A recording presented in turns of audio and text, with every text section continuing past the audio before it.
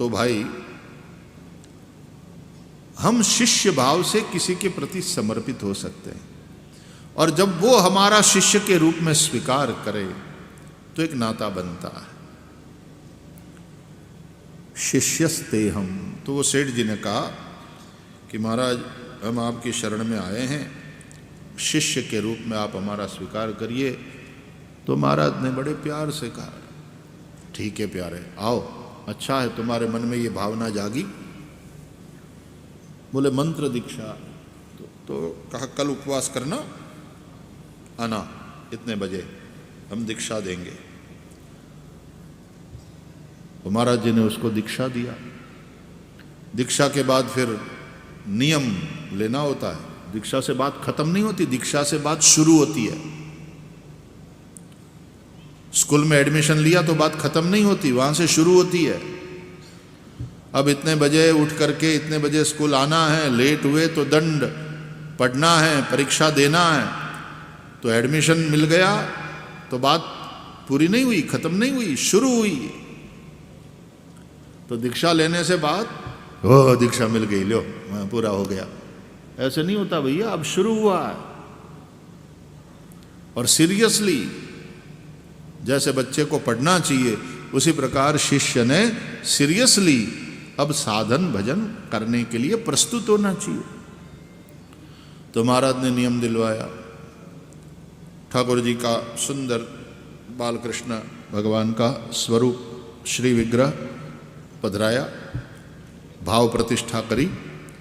बोले रोज भगवान की सेवा करना, रोज सुबह उठ करके स्नान वगैरह करके भगवान की सेवा करना, और ये वाला मंत्र जपना, फिर ठाकुर जी को भोग लगाना। कहता है महाराज जी उसमें कितना खर्चा होता? कंजूस ठहरा सेठ, उसमें खर्चा लगेगा क्या? बोले ठाकुर जी की प्रतिमा, ठाकुर जी का स्वरूप तो मैंने तुमको दिया, कोई खर्चा हुआ क्या तेरा? बोले नहीं महाराज, लेकिन आप जो ये सेवा करने की बात कह रहे हैं ना, कि माला धराना, पंचामृत स्नान कराना और ठाकुर जी को भोग लगाना,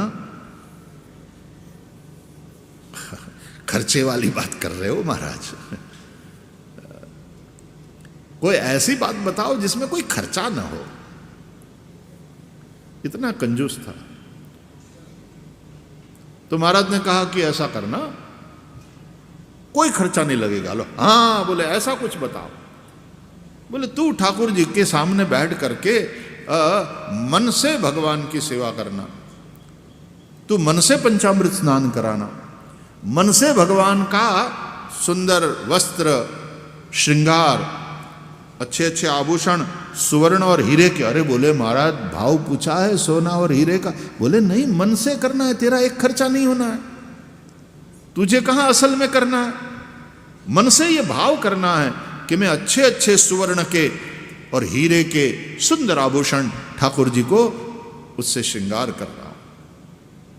और फिर भगवान को भोग लगाना, शुद्ध घी में बनी हुई मिठाई। बोले महाराज घी का भाव पूछा है? अरे मन से करना है सेठ, मन से करना, असल में तुझे कहां करना है, मन से। और जब मन से करना है तो काहे को कंजूसी करता है उसमें? 56 भोग कर। अब असल में 56 भोग होए तो बात अलग ही हो जाती है। पैसा नहीं खर्चा करना है तो कम से कम मन से तो कर। बोले हाँ मन से करेंगे। सुन, चांदी के बर्तन में हाँ दूध और उसमें मिश्री, उसमें इलायची और केसर भी मिलाना, मन से, तेरे को कोई खर्चा नहीं होगा, मन से सब करना, ठाकुर जी को भोग लगाना। रोज इस तरह से तू मन से सेवा करना, इसमें तेरा कोई खर्चा नहीं लगेगा। बोले हाँ वो हो सकता है, खर्चे वाली बात मत करना महाराज हमसे, हाँ मन से करना। हाँ बोले मन चंगा कठोते में गंगा,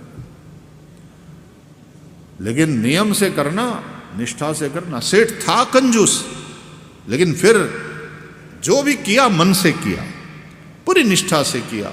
रोज सुबह उठे, मन से ठाकुर जी के सामने बैठ करके ठाकुर जी को स्नान करावे, ठाकुर जी का श्रृंगार करें, ठाकुर जी को बढ़िया बढ़िया आभूषण और फिर ठाकुर जी को भोग लगावे, चांदी के कटोरे में दूध, उसमें मिश्री, इलायची, केसर आदि आदि सब मन से करते करते आनंद आने लगा सेठ जी को। मन भगवान में रमने लगा। बहुत समय बीत गया, आनंद बढ़ने लगा सेठ जी का। अब तो बैठते ही मन भगवान में रम जाता था, क्योंकि सब मन से ही करना है, तो मन लगाना आवश्यक है। तो मन सतत प्रभु में लगा रहा। अब जब मन से ही करना है तो कंजूसी काहे की। अच्छा, एक बार इस तरह से मन से सेवा कर रहे थे, ठाकुर जी को स्नान कराया, पंचामृत स्नान कराया, फिर शुद्धोदक, और फिर शुद्ध वस्त्रेण प्रमृज्य, और फिर भगवान का सुंदर वस्त्र आभूषण श्रृंगार किया, और फिर मन से ही चांदी के कटोरे में दूध और उसमें मिश्री डाली। अब मन से ही डाल रहे थे, आज मिश्री कुछ ज़्यादा पड़ गई तो स्वभाव बीच में आ गया, अरे मिश्री ज़्यादा पड़ गई, कंजूसी। तो स्वभाव, प्रकृति तो जल्दी छूटती नहीं, प्रकृति पुरुष साथ में जाते हैं। हाँ, निग्रह किम करिष्यति। तो मन से सेवा कर रहे थे, दूध में मिश्री ज़्यादा पड़ गई, बड़ी तकलीफ हुई सेठ जी को, बेकार की मिश्री ज़्यादा अंदर पड़ गई। तो यूं मन से ही पड़ गई थी, लेकिन हाथ यूं करके मिश्री निकाल लेने के लिए हाथ बढ़ाया। अब तो भगवान उसकी तन्मयता देख करके कि देखो स्वभाव इसमें भी गया नहीं इसका, मिश्री ज़्यादा पड़ गई तो यूं निकाल रहा है, तो ठाकुर जी प्रकट हो गए और उसका हाथ पकड़ लिया कि तेरे बाप की कहाँ गिरी है इसमें। लेकिन इसके चलते दर्शन हो गया, भगवान प्रकट हो गए और हाथ पकड़ लिया। जेवो तेवो पण तारो, हाथ पकड़ प्रभु मारो।